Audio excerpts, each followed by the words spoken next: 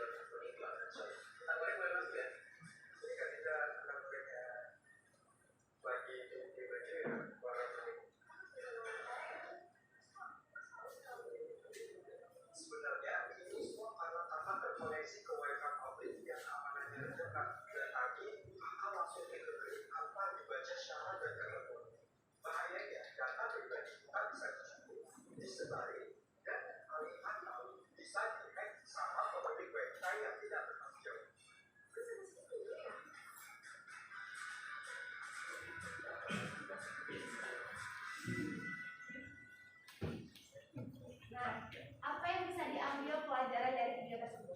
Ada yang bisa angkat tangan? Siapa?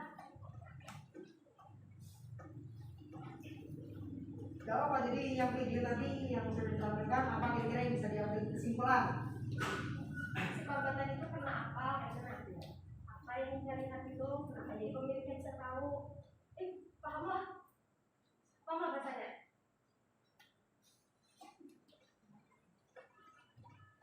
Tahu lah kenapa? Oke. Saya simpulkan, menurut saya si korban tadi itu terkena hack pada jaringan wifi pabrik, atau istilahnya kalau kita ke kafe pasti kita meminta wifi gratis, jujur kan? Jujur. Nah, jadi kita harus berhati-hati dalam memilih lagi, harus membaca apabila wifi tersebut memiliki syarat dan ketentuannya, harus dibaca terlebih dahulu, dipahami terlebih dahulu supaya tidak terjadi seperti korban tadi. Paham? Lanjut, materi yang pertama adalah ancaman keamanan di ponsel. Ancaman apa saja sih yang ada di ponsel kita yang membahayakan data pribadi kita? Yang pertama adalah kebocoran data. Data yang kita peroleh atau data yang kita punya bisa saja sama halnya seperti korban, karena salah mengakses internet dan tidak membaca syarat dan ketentuan dari wifi tersebut. Disitulah data pribadi kita yang akan diretas oleh si pemilik wifi tadi. Yang kedua, wifi yang tidak aman. Nah, seperti video tadi, si korban terlalu tergesa-gesa dalam memilih dan mengkonekkan jaringan tadi. Jadi alhasil si korban tadi tidak melihat atau tidak membaca syarat dan ketentuannya. Alhasil dengan si pemilik tadi tahu bagaimana kegiatan si korban, apa yang dilakukan korban. Jadi sarannya kalau ingin mengakses jaringan tersebut harus dilihat dulu kembali, dilihat kembali apa yang syarat dan ketentuannya. Yang ketiga, network supporting.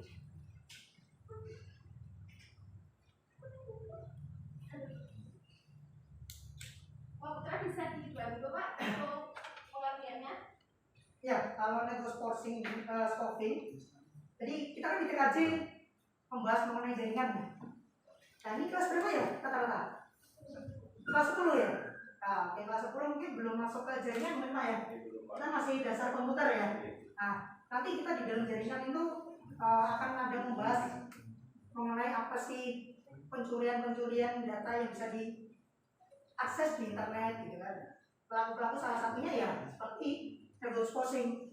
Ya apa? Dia seperti memasukkan sebuah alamat atau bisa juga mencuri alamat yang ada di online, terutama data-data kita. Ini salah satu kejahatan di jaringan internet. Nah ini tugas-tugas mas-mas banyak di sini, ya kan, karena sudah masuk di jaringan di jurusan TKJ. Nah, jadi ya jangan membuat kita lebih ke sebagai cyber security-nya atau sebagai ya polisinya lah gitu ya. Nah, nanti kan didampingi sama guru TKJ ini kan juga orang-orang hebat semua di jaringan. Jadi nanti coba belajar sama beliau-beliau gitu ya. Nah, jadi jangan jadi yang pencurinya, tapi kita jadi apanya? Jadi apa Mas? Jadi polisinya gitu ya. Nah, jadi salah satu yang bisa jadi ancaman terutama di ponsel kita salah satunya adalah network spoofing. Ya.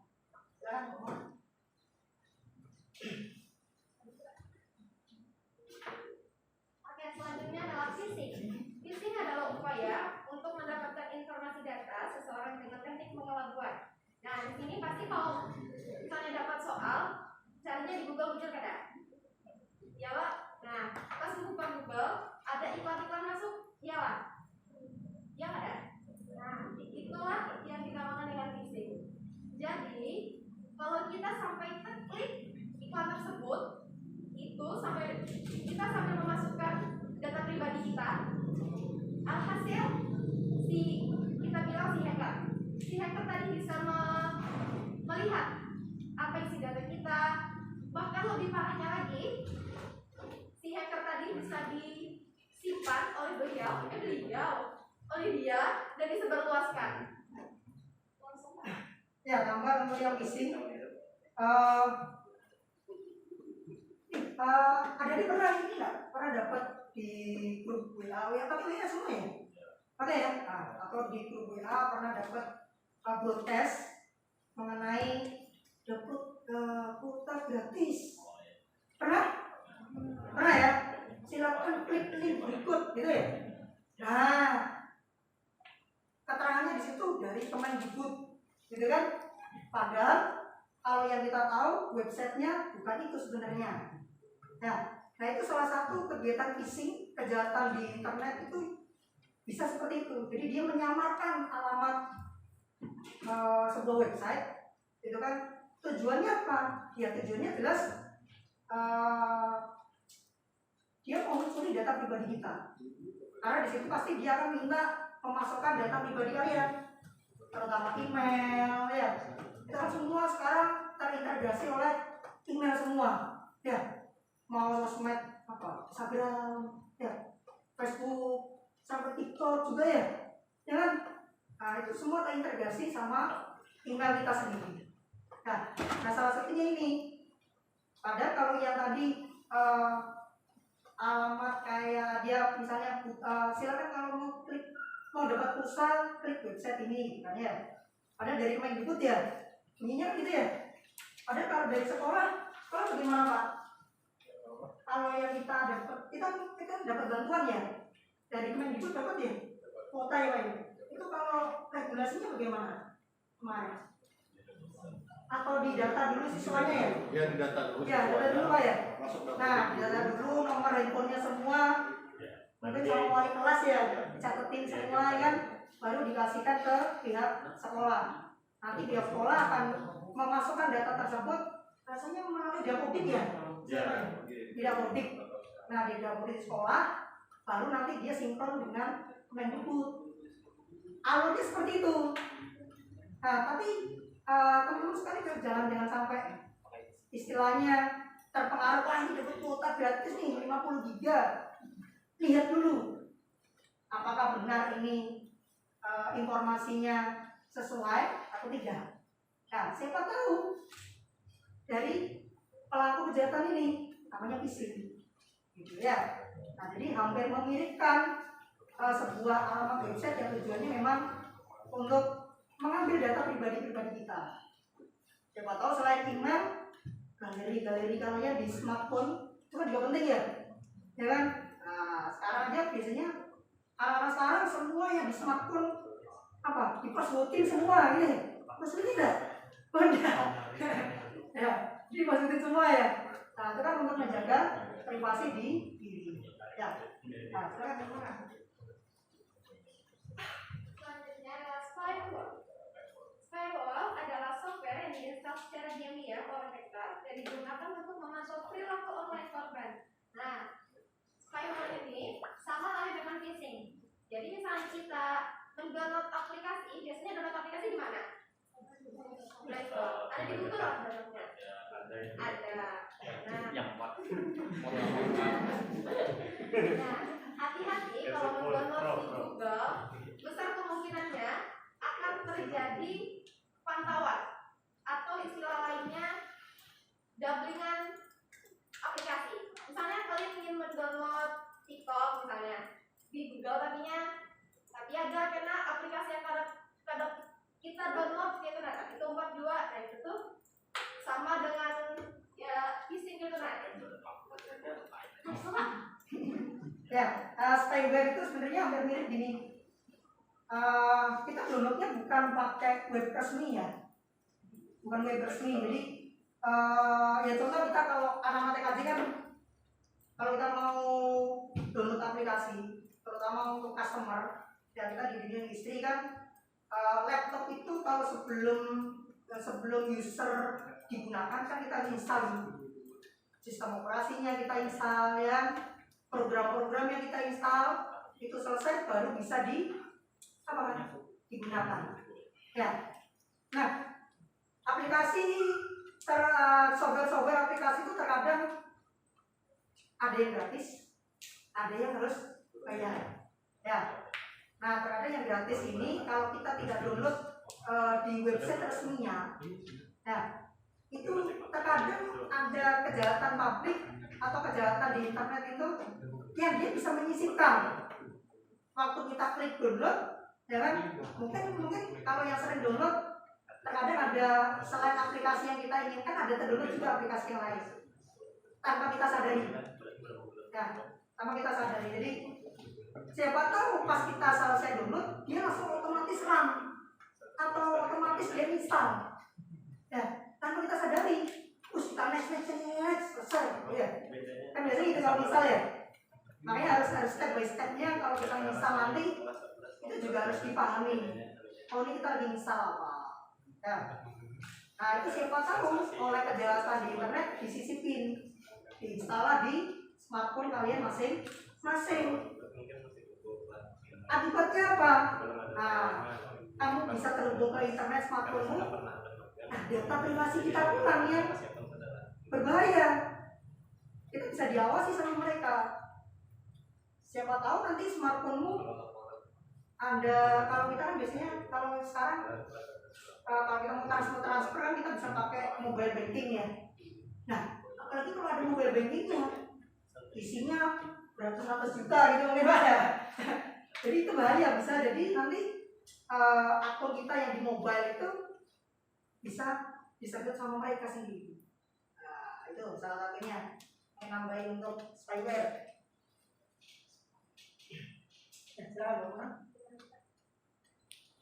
Oke, kedua tips aman online.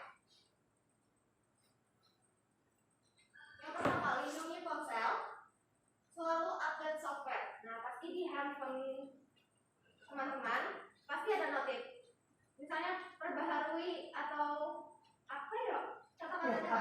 update software gitu ya. Nah, update software yang di notif atas biasanya kalau kita kalau di laptop tuh kita diinstal ulang. Sama halnya dengan si ponsel. Apabila kalau kita menunda-nunda menginstal tadi, alhasil mungkin keamanannya jauh lebih besar yang instalan tadi tuh. Selalu update software, maksudnya di smartphone kita, itu kan rata-rata sekarang kita pakai Android semua ya. Ya. Nah, terkadang vendor smartphone banyak pakai apa? Mereknya apa? Wah ini. Nah, Realme terkadang dia punya tipe-tipe software aplikasinya ya, sistem operasinya. Kalau kita bicara di TKJ kan kita sudah mengenal namanya sistem operasi. Nah, dia punya updatean yang baru. Ya, terkadang di updatean baru itu ada untuk keamanan dari smartphone-nya. Salah satunya tuh biasanya ya sama kayak kita misalnya kalau kita main game ya, main game kan ada namanya patching gitu ya. Ada ya. Kalau nanti lagi ada pembaruan tentang gamenya. Nah, kalau di software sama. Siapa tahu di situ ada pembaruan mengenai keamanannya di ponsel itu lebih bagus. Jadi kita harus update itu. Nah, jadi harus update. Jadi jangan malah ditunda-tunda. Nah, jadi harus langsung diupdate. Nah, yang kedua, jangan install aplikasi yang tidak dikenal.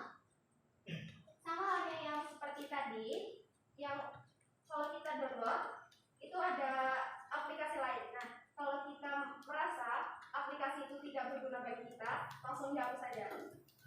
Itu kunci ponsel jika hilang. Nah, pastikan di handphone teman-teman gunakan password. Jadi apabila handphone kita misalnya tercecer atau tertinggal di mana, orang lain tidak akan pernah bisa membuka tanpa tahu sandinya. Yang kedua, hindari upaya phishing. Nah, yang sudah saya jelaskan dan fakta tadi. Validasi URL yang mencurigakan. Ini seperti email spam. Ada yang masuk ke email tapi itu dan itu terus. Itu adalah upaya dari seorang hacker yang ingin mencoba meretas HP kita. Yang kedua,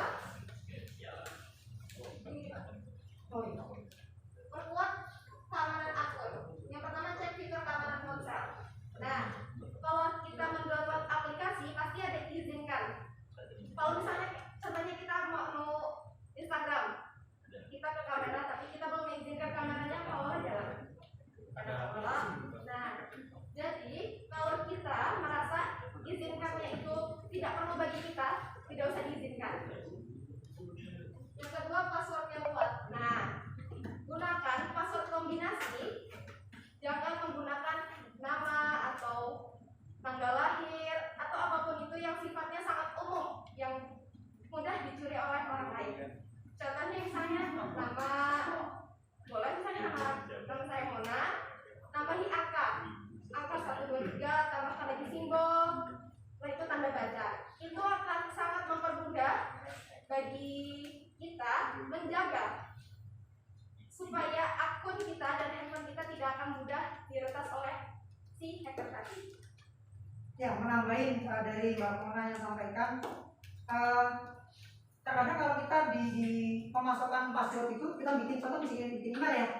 Bikin email kan pasti masukkan password ya 2 kali kan biasanya ya.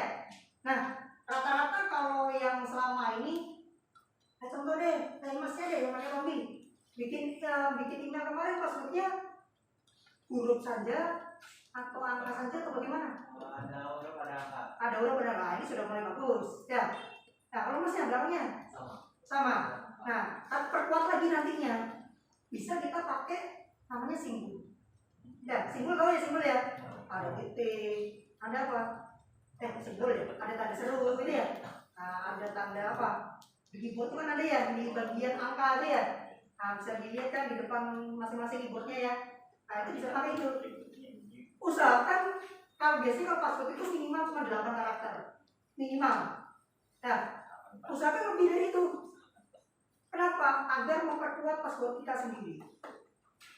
Nah, tapi kalau sekarang sudah mas-masnya banyak sudah pakai password ya, sudah menggunakan password. Kalau mbaknya mau atau masnya mau ngecek password kita kuat atau tidak itu ada. Rasanya di website kamu bisa kunjungi di password.kasperkey.com. Ya, itu bisa kamu bisa cek di situ.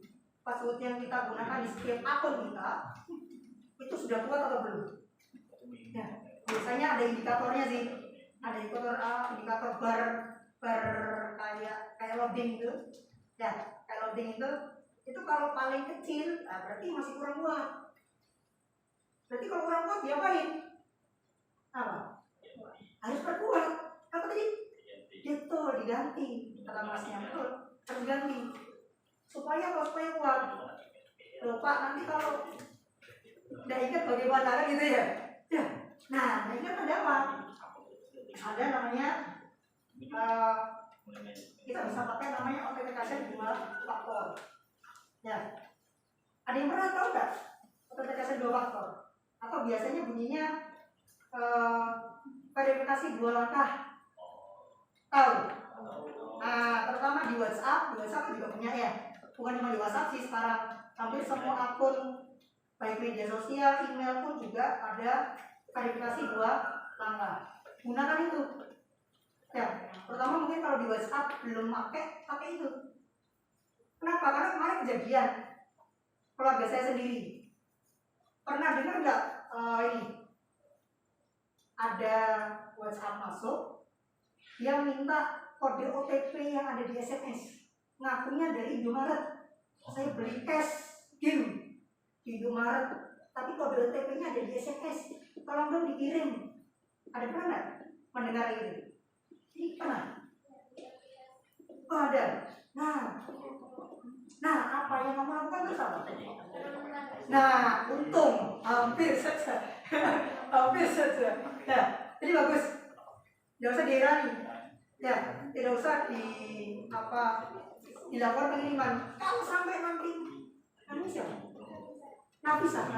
Nafisa ngirim kode OTP-nya, otomatis langsung WhatsApp-nya diretas sama mereka. Ya, dan siapa tahu nanti WhatsApp-nya diretas, nanti Nafisa hubungin ini. Siapa mas namanya? Siapa? Imam. Nah, Mam, kirimin dong saya duit Mam. Saya lagi butuh duit Imam, gitu ya. Atau Mam jemput saya Mam, padahal dia nggak kenal. Ya. Nah, itu kan penyalahgunaan dari akun WhatsApp kita, gitu ya. Boleh nggak kira-kira seperti itu? Boleh? Nggak boleh ya. Nah itu, jadi harus kuat ya. Harus kalau perlu aktifkan 2 langkah atau verifikasi 2 langkah. Ya. Ya silakan teman. Yang keempat, gunakan jaringan aman. Waspada saat gunakan wifi umum atau gratis. Nah, sama seperti di video tadi, karena si korban tadi menggunakan wifi publik, alhasil karena dia asal saja mengkoneksikan tanpa membaca, itu akan terjadi si korban tadi itu akan sangat mudah dilacak oleh sepemilik wifi tadi. Nah, gunakan alangkah lebih baiknya menggunakan kuota pribadi saja.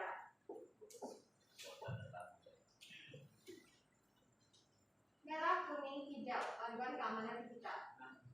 Apa sih yang dimaksud dengan ini? Atau lampu merah atau apa? Yang dirancang di jalan-jalan tuh yang apa? Apa tadi?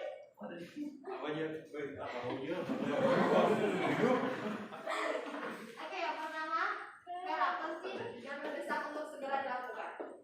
Kuning, penting untuk dilakukan tapi tidak terlalu mendesak. Hijau, tidak terlalu penting dan tidak terlalu mendesak. Yang pertama panduan merah. Nah, ini seperti password manager, bisa dilihat di sebelahnya. Itu sebuah aplikasi yang digunakan untuk men-scan apakah data yang masuk ke handphone kita itu bersifat virus atau mengganggu atau sebagainya. sebagainya. Yang kedua, cek izin aplikasi. Nah, sama halnya dengan Instagram tadi, harus dilihat baik-baik. Apabila izinnya tadi tidak terlalu penting bagi kita, tidak usah diizinkan. Sebentar Mbak Mona, saya nambahin ya untuk yang cek izin aplikasi. Sekarang kan banyak aplikasi namanya pinjol. Tahu pinjol? Tahu pinjaman online. Betul. Bagus.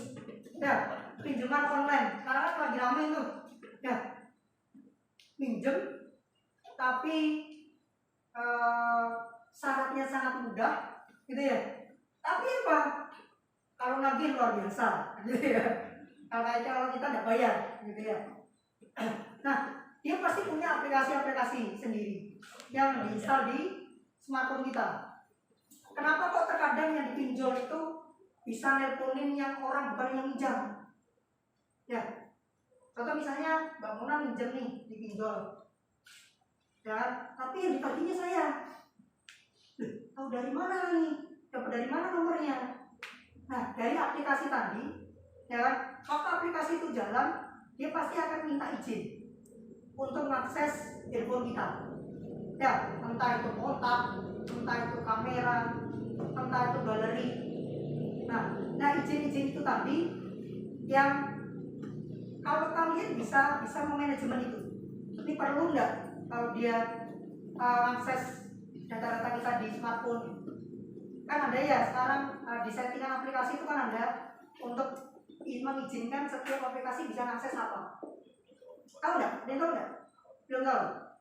Nah, nanti coba dicek di settingan handphone. Ada yang aplikasi. Nah, nanti di situ kalian coba cek. Ini aplikasi saya Instagram, contoh Instagram saya itu mengakses apa saja. Kontak kamera gitu ya. Terutama di kalian tahu marketplace nggak? Tahu? Tahu ya?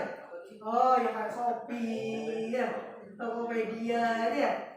Kita kan sekarang enak ya, kalau mau beli-beli tinggal santai di rumah saja kan, tinggal pilih scroll, gitu ya. Nah itu kemarin banyak kejadian data pribadi di marketplace itu banyak yang dicuri. Nah, dari mana? Ya dari tadi. Dari yang dia mengizinkan aplikasi tersebut bisa mengakses data kita, salah satunya. Atau dari server mereka sendiri, dari marketplace-nya. Nah, marketplace-nya kebocoran data. Itu kemarin ada kejadian di Tokopedia. Termasuk email saya sendiri juga bocor akhirnya. Ya, padahal itu ketentuannya nggak boleh. Mereka sampai membocorkan data pribadi yang di server mereka sendiri. Itu kan penting harusnya ya. Berarti kurang apa? Kurang ada keamanan di server marketplace-nya sendiri. Ya, itu sebenarnya bisa ditutup kok. Bisa ditutup gitu. Ya, silakan Mama. Yang kedua gambar kuning. Yang pertama adalah setting privasi aplikasi. Nah, sama halnya kalau kita di WA, kan ada biasanya hanya kontak diizinkan untuk siapa saja atau profil untuk siapa saja. Sama halnya dengan setting privasi aplikasi. Nah, di situ kita bisa melihat kembali atau mencek apakah data kita tadi itu atau profil kita untuk semua orang atau kontak saja atau tidak dilihatkan oleh siapa-siapa. Yang kedua adalah encryption tools. Ya, kalau encryption tools ya seperti sejenis aplikasi juga, ya, dimana dia bisa mengontrol ya serangan-serangan yang bisa terjadi di ponsel kita. Ya, itu salah satunya bisa dicek, bisa pakai encryption tools. Ya, itu juga ya penting juga sih sebenarnya, gitu kan. Cuman ya lihat dari kondisi smartphone kita dulu. Kalau batas smartphone kita itu cuman, contoh misalnya RAM-nya cuma 2 GB, gitu kan. Ya kalau kita pakai aplikasi yang di bantuan kuning ini, kalau memang kita tidak membutuhkan itu sementara ya tidak usah. Tapi kalau misalnya untuk memperkuat keamanan kita di smartphone kita ya pakai silakan, gitu ya. Maksudnya di bantuan kuning seperti itu. Terus kalau di VPN kan, mungkin kalian sudah tahu ya VPN ya. Sudah? Ada yang gunakan VPN nggak? Ada? Nggak ada? Ada ya, kalau VPN ya sejenis ini. Kita mengalihkan server internet kita. Kalau kita sendiri sekarang di Indonesia, makanya pasti servernya Indonesia. Karena jaringan kita utamanya memang di Indonesia dulu. Tapi kita bisa mengalihkan posisi server kita bukan di Indonesia. Nah, salah satunya ya menggunakan namanya VPN. Ya paling gampang sebenarnya gini. Kalau kita mau nonton film gitu ya, film-filmnya di bioskop gitu ya. Kalau dulu kan kemarin apa? Yang di blok sama Kominfo itu apa? Layar 21 gitu ya. Sama saya juga sering nontonnya di online gitu. Karena di 21 agak mahal kan gitu ya. Nah kita bisa pakai VPN ini untuk mengalihkan data internet kita sebenarnya. Nah kalau kita dari luar itu masuk ke Indonesia itu biasanya masih bisa kebuka. Tapi kalau sudah diblok situsnya sama Kominfo, kalau kita menggunakan jaringan Indonesia jelas nggak bisa. Ya contoh paling gampang ini, kalau kita akses misalnya layar 21 ada keluar dari Kominfo bahwa website ini berbahaya. Ya, atau website ini sudah diblok sama Kominfo. Biasanya notifnya seperti itu munculnya. Nah, kalau ya tapi jangan digunakan juga sih, gitu ya. Kalau ada VPN gitu ya. Tapi memang untuk jaringan kita pribadi sendiri sih VPN, ya khusus jaringan pribadi sendiri. Kalau di server juga kita kan juga bangun namanya server ya. Nanti di rasanya PKJ itu dimulai di kelas 2 itu sudah pakai yang itu ya Pak ya. Yang di ASC itu Linux ya. Nah di Linux itu juga belajar namanya VPN. Ya, jadi jalur server sendiri kita menyediakan jalur server sendiri. Nah, kita bisa pakai VPN itu. Nah, jadi agar prosesnya lebih cepat untuk bisa akses. Ya, itu bisa pakai VPN. Ya. Oke. Yang ketiga adalah panggilan digital. Nah, analisa. Contohnya Tor browser. Nah, contoh Tor browser di handphone bukan kalian apa? Contohnya apa? Kalau saya ingin internet, aplikasi buat melihat jawaban itu apa? Ya jawaban itu jawaban pelajaran gitu kan? Mana? Browser, itu Firefox, Google, ya lah, yang ada. Nah, sama halnya lewat Tor browser, tapi bedanya kalau menggunakan Tor browser ini ada sistem keamanan tersendiri supaya virus atau si hacker tadi tidak bisa masuk ke akun kita. Yang kedua adalah secure video atau voice call. Nah, pas semalam tuh pelajarannya online lah. Ini. Nah, menggunakan apa? Pakai Zoom kah, Google Meet kah, atau apa? Pakai apa? Classroom. Beda gitu lah. Nah, itu untuk yang pembelajaran ini. Kalau untuk video call-nya apa? Zoom ya. Zoom atau Google Meet biasanya? Zoom. Pakai Zoom. Salah satunya bisa itu. Bisa pakai Zoom, bisa pakai Jitsi Meet. Kalau yang sekarang, kalau kemarin kan infonya Zoom banyak ini ya, banyak terjadi pencurian data ya. Ada yang benar ya. Nah, tapi sekarang sudah aman mereka. Jadi kita pakai Zoom aman aja. Kalau kami di Serka Muhammadiyah 2 itu juga waktu pas online kemarin sering banyak pakai Google Meet sih. Karena kualitas dari sedotan kuotanya itu lebih sedikit ketimbang Zoom. Kalau Zoom kan kualitas gambarnya bagus ya. Nah, tapi kalau Google Meet agak sedikit rendah di bawah Zoom. Jadi untuk para siswa tidak terlalu begitu berat untuk sedotan kuota.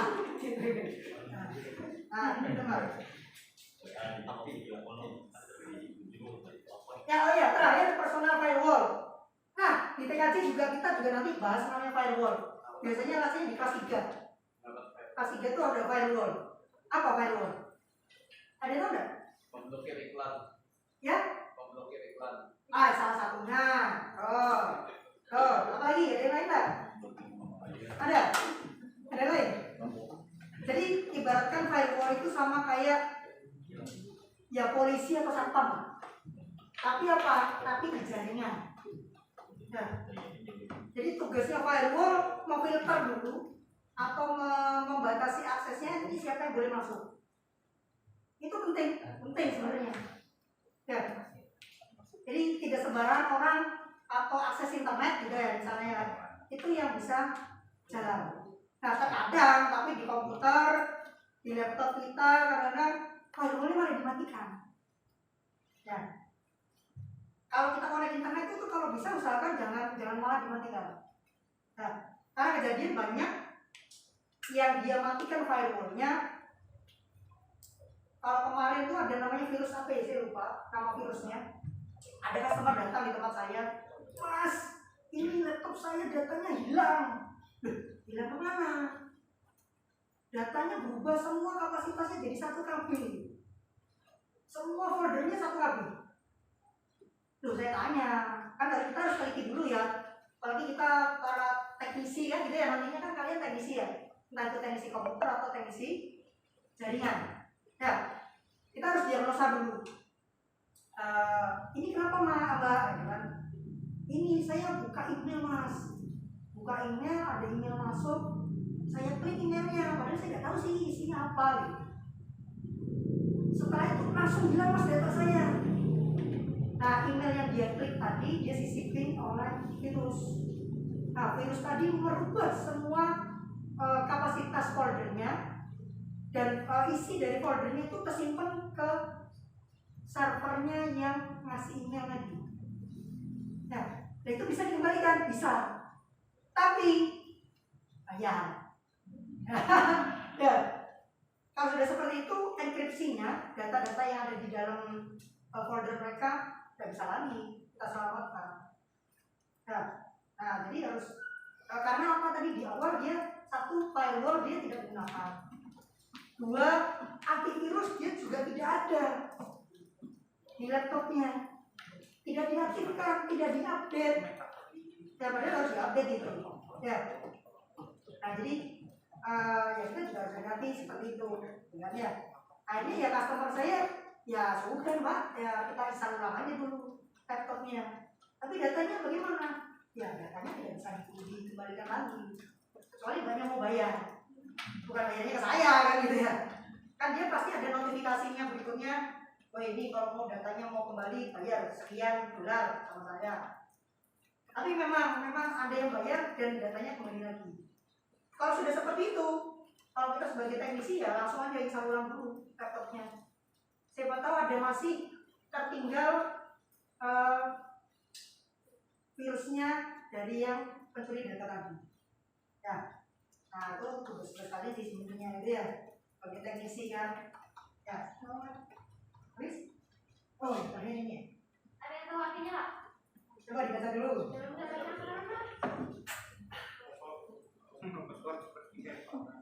Kami passwordnya aja ya. Ya, silakan.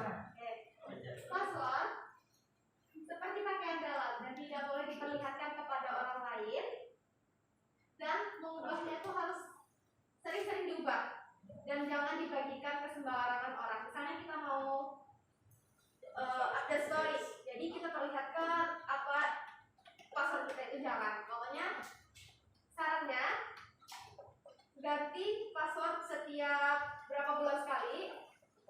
Kemungkinan besar di password kita itu ada terselip-selip atau si hacker tadi tahu bahwa password kita itu sangat mudah untuk dicuri dan jangan diperlihatkan lah, pokoknya jangan gitu. Ya sebenarnya berkala. Ya, jadi kalau bisa sih password kita berkala. Jadi tiap misalnya 1 bulan sekali atau 3 bulan sekali kita ganti. Ya, karena kita kan juga sering kadang kita daftar kemana pakai email gitu ya. Nah, siapa tahu itu ya teknik untuk mereka mencuri data kita kan. Jadi kita lakukan pencegahannya seperti itu. Nah, jadi ya tadi katanya Mbak Muna seperti underwear itu pengen dalam ya. Ya, jangan dilihatkan ke orang lain, jangan di-share ke orang lain, kita simpan diri sendiri. Gitu, oke? Silakan Mbak Muna. Chris? Oh ya, Mas. Nah, Oke.